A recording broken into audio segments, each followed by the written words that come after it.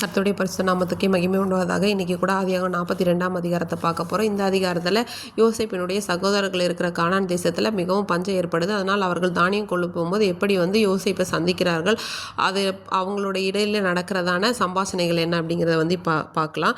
எகிப்தில் இப்போ பஞ்சம் இல்லைன்னு சொல்லி யாக்கோபு கேள்விப்பட்டு சொல்கிறாரு, இங்கே என்ன ஒருத்தர் முகத்தை ஒருத்தர் பார்த்துட்ருக்கீங்க, போய் நம்ம உயிரோடு இருக்கணும்னா போய் வாங்கிட்டு வாங்க தானியம் எல்லாம்னு சொல்லிட்டு 10 பேரை மட்டும் அனுப்புகிறாரு அவங்க சகோதரர்களை. பென்யமீனை அனுப்பலை. ஏன்னா ஆல்ரெடி யோசேப்பை அவர் இழந்ததுனால பென்யமீனை அனுப்புறதுக்கு அவருக்கு ஒரு பயமாக இருந்தது.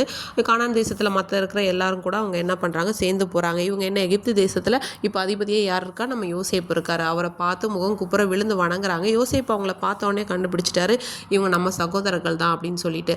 ஆனால் இவங்களால கண்டுபிடிக்க முடியல. அப்போ யோசேப்பு கேட்குறாரு, நீங்கள் எங்கேருந்து வரீங்க என்னன்னு கேட்கும்போது, நாங்கள் கானான் தேசத்துலேருந்து வரோம், எங்கள் ஊரில் பஞ்சமாக இருக்குது அப்படின்னு சொல்லும்போது, இல்லை நீங்கள் வேவுக்காரர், எங்கள் தேசத்தை எப்படி இருக்குன்னு பார்க்க தான் வந்திருக்கீங்கன்னு சொல்லும்போது, இல்லை நாங்கள் நிஜஸ்தர், நாங்கள் இந்த மாதிரி 12 பேர், எங்களுக்கு ஒரு அப்பா இருக்கார், இப்போ ஒரு தம்பி காணாமல் போயிட்டான், ஒருத்தன் அப்பா கூட இருக்கான் அப்படின்னு சொல்லிட்டு சொல்லும்போது, உடனே இப்போ யோசேப்பு சொல்கிறாரு, இல்லை இப்போ எனக்கு நல்லா தெரிஞ்சு போச்சு, நீங்கள் பொய் சொல்கிறீங்க, வேவுக்காரர் தான் அப்படின்னு சொல்லிட்டு உங்களிருந்து ஒருத்தரை மட்டும் அனுப்பி அந்த பையனையும் கூட்டிகிட்டு வர சொல்லுங்கள், பென்யமீனையும், அப்போ தான் நான் உங்களை நம்புவேன்னு சொல்கிறாரு. அதுக்கப்புறம் 3 நாள் இவங்களெல்லாம் காவலில் வைக்கிறாரு.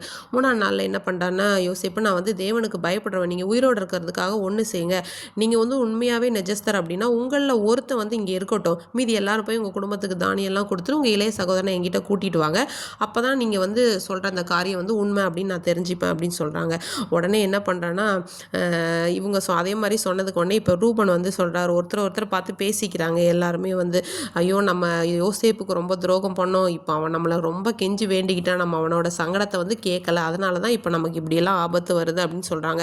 உடனே ரூபன் சொல்கிறார், நான் அன்னைக்கே சொன்னேன் அவனுக்கு விரோதமாக பாவம் செய்யாதுங்கன்னு, கேட்டிங்களா அப்படின்னு சொல்லி இவங்களுக்குள்ளே பேசிக்கிறத யோசேப்பால் கேட்க முடியுது. அவர் ரொம்ப அழுதுட்டு அதுக்கப்புறம் அங்கேருந்து போயிடுறாரு அவங்களுக்கு தெரியாமல். அப்புறம் சிமியோனை மட்டும் பிடிச்சி என்ன பண்ணாங்கன்னா கட்டி வச்சுட்டு மற்ற எல்லாரையுமே விடுவிக்கிறாங்க. அவங்க சாக்குகளை நிறைய தானியங்களும் அவங்களோட பணத்தையுமே அது மேலே போடுறாங்க.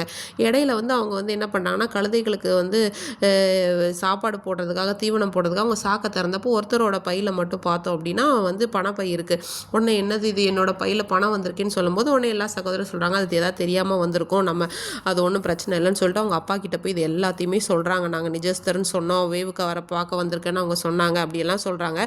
உடனே சகோதரனை நம்ம இப்போ சின்ன பையனை கூட்டிகிட்டு போனால் மட்டும்தான் அந்த மாதிரி விடுதலை பண்ணுவாங்க சிமியோனை அப்படின்னு எல்லாமே சொல்லும்போது, இப்போ யோசேப்பு அவங்க அப்படி பேசிகிட்டு இருக்கும்போது அவங்கவுங்க சாக்குலேருந்து கொட்டினா எல்லாரோட பணப்பையும் வருது. உடனே யாக்கோபு சொல்கிறார், நீங்கள் என்ன பிள்ளை இல்லாதவனா ஆக்கலான்னு பார்க்குறீங்க, ஆல்ரெடி யோசேப்பும் இல்லை, இப்போ பென்யமீனும் கொண்டு போட பார்க்குறீங்களான்னு சொல்லி ரூபன் சொல்கிறாரு, இப்போ அவனை என் கையில் கொடுங்க, அப்படி இல்லைனா என்னோட 2 குமாரனையும் கொண்டு போடுங்கன்னு சொன்னப்போ யாக்கோபு சொல்கிறாரு, இல்லை நான் அனுப்ப மாட்டேன், நீங்கள் என்னோட நரமயிரை பாதாளத்தில் சஞ்சலத்தோட தான் இறங்க பண்ணுவீங்க அப்படின்னு சொல்லி பேசுகிறாங்க. இதோட இந்த அதிகாரம் முடியுது.